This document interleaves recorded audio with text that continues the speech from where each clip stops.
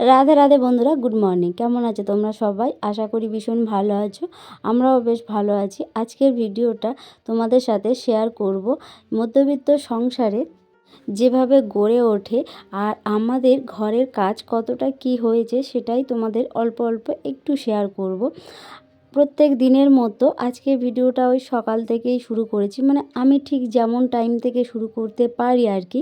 নিরুকে স্কুলে দিয়ে এসেছি আর নিরুদের ফাইনাল এক্সাম চলছে, তো সেই জন্য ওদেরকে আবার একটু তাড়াতাড়িও ছুটি দেবে আর ওদের আরও একটু আগে মানে স্কুলটা শুরু হচ্ছে, তো ওকে দিয়ে চলে এসেছি এই যে উপরে। একটু নিজের জন্য টিফিনটা বানিয়ে নিয়েছি সকালে, যেহেতু সকালের কাজকর্মগুলো সেরে নিয়েছি, তো তেমন কিছু সকালের কাজ নেই। আর এই যে উপরে তোমরা দেখতেই পাচ্ছ কাজ হচ্ছে।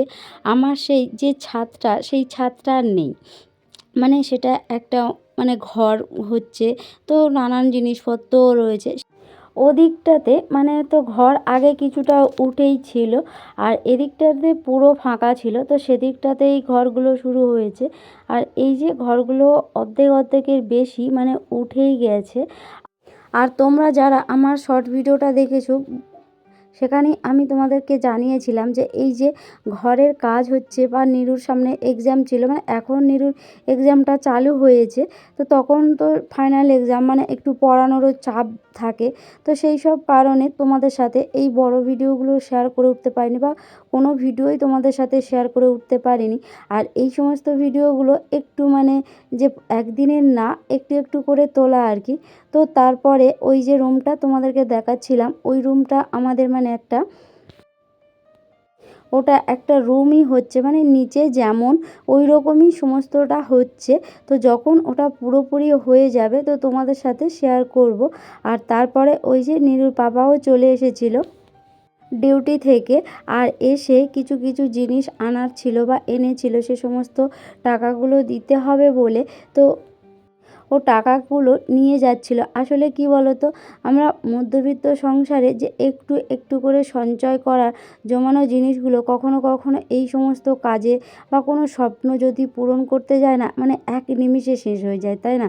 এটাই মধ্যবিত্তদের জীবন। তো যাই হোক, তো তারপরে বিকেলবেলা মানে মিস্ত্রি দাদারা যখন চলে গিয়েছে, তো তারপরে একটু উপরে উঠে মানে আজকে ফাইনাল রড বাঁধা কমপ্লিট হয়ে গেছে। কালকের ঘরের কাজটা মোটামুটি কমপ্লিট হবে, মানে এইখানে ঢালাইটা পড়ে যাবে, তো তারপরে কাজ তো আছেই। তো তারপরের দিনের এই ভিডিওটা মানে ওই যে মুহূর্তটা যখন মানে ছাদ ঢালাই পড়ে আর কি, তো সেই সময় কিছু টাকা কম পড়েছিল, তো ওরই জমানো মানে যে 20 টাকার কয়েনগুলো হয় তো ভান্ডারে আর কি, তো সেটাই ওর জমানো, তো সেটারই দরকার পড়েছিল, তো তারপরে ওটাও ভেঙে ও নিয়ে নিল আর কি। প্রথমেই বলেছিল যে ওটা আমি ভেঙে নিয়ে মানে যে কাউকে যদি এরকমভাবে কয়েন দেওয়া হয় তো সে তো হুট করে নিতে চাইবে না, তো নোট করে নিয়ে আসার জন্য বলেছিল। তো আমি বললাম যে যখন যদি প্রয়োজন পড়ে তারপরেই ভাঙবে, তো তারপরে লাস্ট পর্যন্ত সেটাও ভাঙতে হলো। মধ্যবিত্ত সংসারে বাইরে থেকে সব সাধারণ মনে হলেও ভিতরে ভিতরে কত হিসেব, কত চিন্তা, কত আশা আর চুপচাপ লড়াই, তাই না? আর এই সব মিলিয়ে তৈরি হয় একটা সংসার।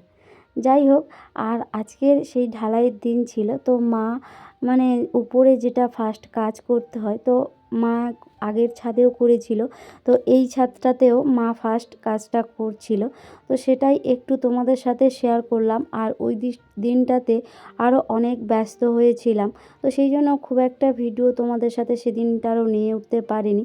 এই মুহূর্তটুকু শুধু ভিডিওটা নিয়েছিলাম, তাই তোমাদের সাথে শেয়ার করতে পারছি আর কি। কাজটা সারার পরে মা ওনাদেরকে একটু প্রসাদ দিচ্ছিল, মানে যে ঢালাই দাদারা এসেছিলো সে তাদেরকে আর কি। তো তারপরে কাজটাও কমপ্লিট হয়ে গেছে। আর তারপরে এই যে এরকমই হয়েছে, মানে এটারই অবস্থা এরকম এখন আছে, তো এরকম তো কিছুদিন থাকবে। আজকের ভিডিওটা এখানেই শেষ করছি, দেখা হচ্ছে নেক্সট কোনো এরকম একটা ভিডিওতে। আজকের এই পর্যন্ত, টাটা।